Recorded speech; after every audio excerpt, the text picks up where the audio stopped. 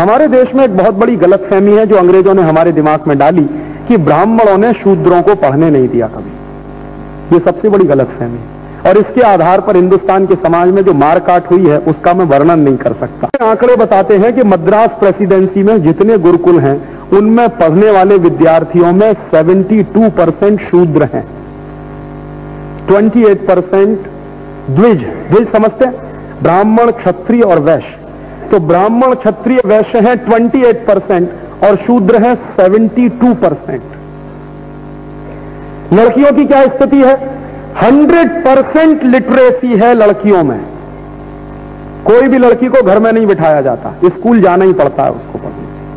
और कभी कोई लड़की की ऐसी स्थिति है कि वो स्कूल नहीं जा सकती तो गुरुकुल का अध्यापक घर आता है उसको पढ़ाने के लिए। ये सिस्टम है पूरे मद्रास प्रेसिडेंसी। ये वो लिख रहा है और वो कह रहा है कि शूद्रों का प्रतिशत इसलिए ज्यादा है पढ़ाई में क्योंकि हिंदुस्तानी समाज में वो सबसे ज्यादा स्किल्ड लोग हैं जिनको हम शूद्र कहते हैं, सबसे ज्यादा स्किल्ड। जितनी टेक्नोलॉजी है वो सब उन्हीं के कब्जे में है।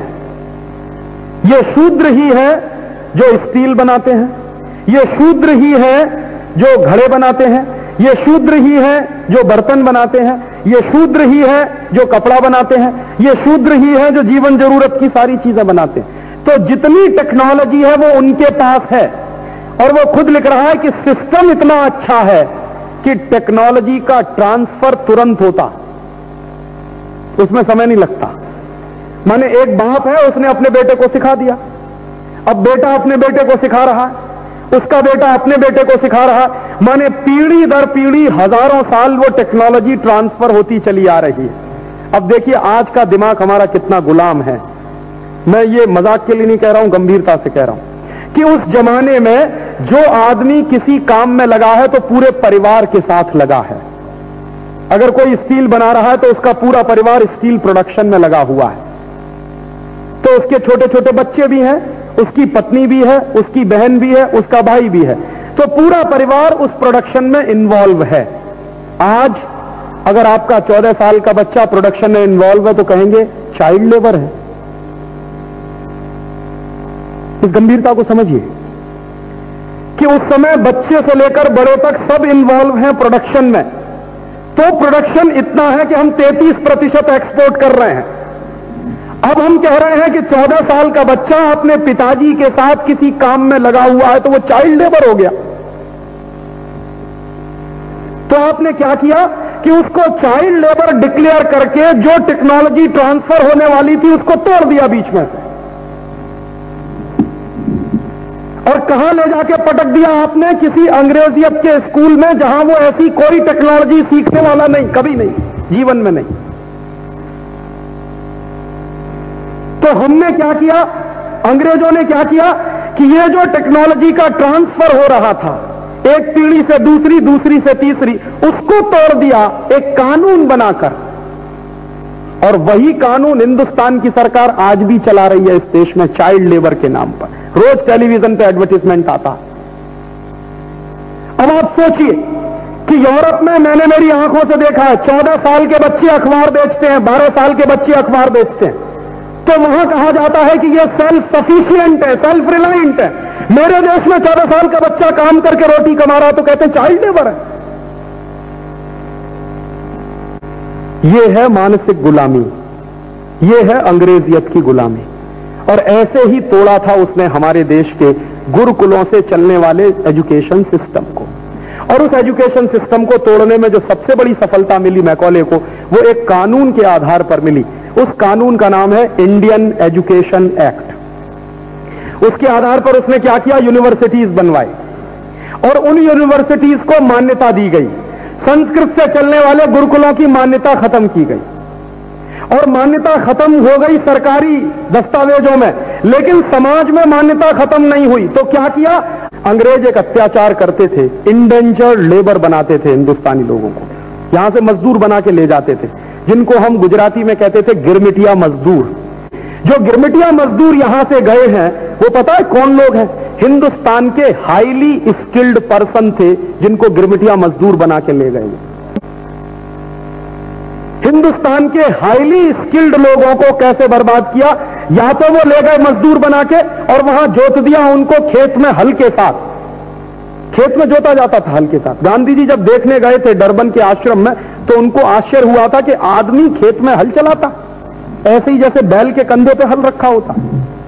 और दूसरा काम क्या किया था अंग्रेजों ने कि हिंदुस्तान के हाईली स्किल्ड पर्सन्स को जो बनाते थे इतना बेहतरीन कपड़ा कि एक छोटे से रिंग में से पार निकल जाता था पूरा थान, ऐसे लोगों के हाथ काट दिए थे, अंगूठे काट दिए थे।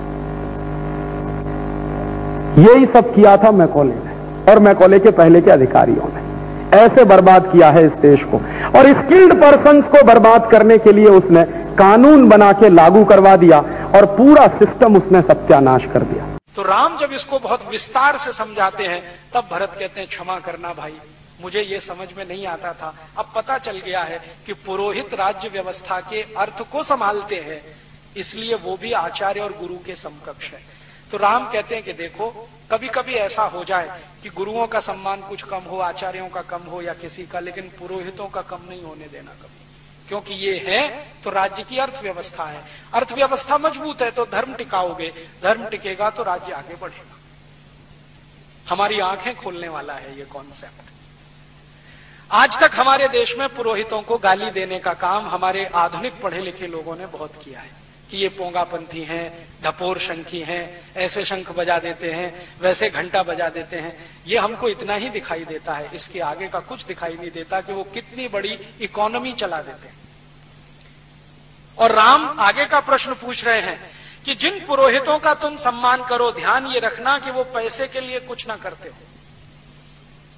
माने राइडर लगा दिया उन्होंने। एक पुरोहित ऐसे हैं जो पैसा लेके पूजा कराते हैं। राम कह रहे हैं अगर ऐसे पुरोहित हैं तो उनका सम्मान करने की जरूरत नहीं है, क्योंकि जो ज्यादा पैसा देगा उसी का माल बिकवाएंगे फिर तो। इसलिए पुरोहित उन्हीं का सम्मान करना है जो पैसा खुद न लेते हो और कारीगरों का माल बिकवाने में मदद करते हो। तो बिना पैसे लिए जो पूजा कराए वो पुरोहित है, पैसे लेकर जो कराए राम उसको अच्छा नहीं मानते। तो अगला ही प्रश्न वो कहते हैं कि क्या तुम्हारे राज्य के पुरोहित पैसा लेके पूजा कराते हैं? अगर कराते हैं तो उनको किनारे रखो। तो भरत कह रहे हैं कि हाँ, मैं अभी लौटकर ऐसी ही व्यवस्था करूंगा कि वो बिना पैसे की पूजा कराएं। तो राम कहते हैं कि पुरोहित को तो, अब वो पुरोहित के लिए कह रहे हैं, पुरोहित को तो जिस घर में पूजा करानी है वहां का पानी भी ग्रहण नहीं करना चाहिए, क्योंकि जो बड़ा काम वो करने जा रहा है अगर उस घर का पानी ही पीने लगे, खाना ही खाने लगे तो लालच भाव आएगा और वो अपनी पुरोहिताई से च्युत हो जाएगा। अब जरा इसको समझें थोड़े विस्तार में कि पुरोहित अगर पूजा करवाने वाले के घर खाना ना खाए, पानी ना पिए, अंग्रेजों ने इसी को प्रचार किया कि ये छुआछूत मचाते हैं, पानी भी नहीं पीते उसके घर का। मूर्ख अंग्रेजों को पता नहीं था कि वो श्री राम की कही हुई बात का पालन करते हैं, जिसके घर पूजा करानी है उसके घर पानी भी नहीं पीना, पानी कहीं और जाके पीना। अंग्रेजों ने इसको छुआछूत से जोड़ दिया और हिंदुस्तान के कुछ मूर्ख इतिहासकारों ने उस पर पुस्तकों की पुस्तकें लिख डाली कि ये तो छुआछूत मचाते हैं, ये तो गरीबों के घर का पानी नहीं पीते, ये तो नीची जाति और ऊंची जाति करते रहते। वो नीची ऊंची जाति का प्रश्न नहीं था, जिनके घर पूजा करानी है वो कोई भी जाति का हो, कोई भी संप्रदाय का हो, वहां पानी नहीं पीना है, भोजन ग्रहण नहीं करना है, दक्षिणा नहीं लेनी है, प्रसाद नहीं लेना है, ये श्री राम बोलकर गए तो उनका पालन करते।